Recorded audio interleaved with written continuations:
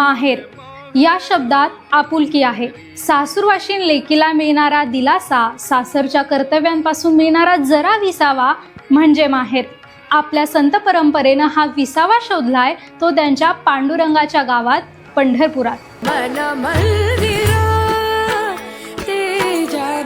सगळ्यात आधी म्हणजे जवळपास 700 वर्षांआधी संत ज्ञानेश्वरांनी पंढरपूरचा उल्लेख माहेर असा केला. जाईन गे माये तया पंढरपुरा भेटेन माहेरा आपुलिया. 13व्या शतकातील संत ज्ञानेश्वरांच्या या ओळी. संत ज्ञानेश्वर म्हणतात, आई मी त्या पंढरपुराला जाईन आणि तिथे गेल्यावर मला माझं माहेर भेटेल. त्यानंतर 16व्या शतकात संत एकनाथांनी लिहिलं, माझे माहेर पंढरी आहे भिवरेच्या तिरी. बाप आणि आई माझी विठ्ठल रखुमाई.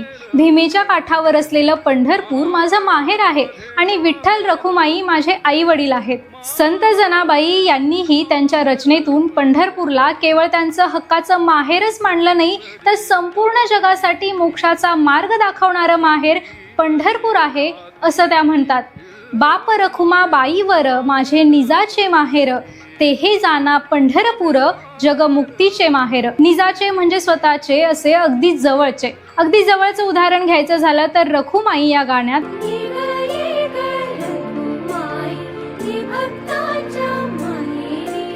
असं म्हणत रखुमाईला साथ घालण्यात आली. माहेर जिथे तिथे आई वडील.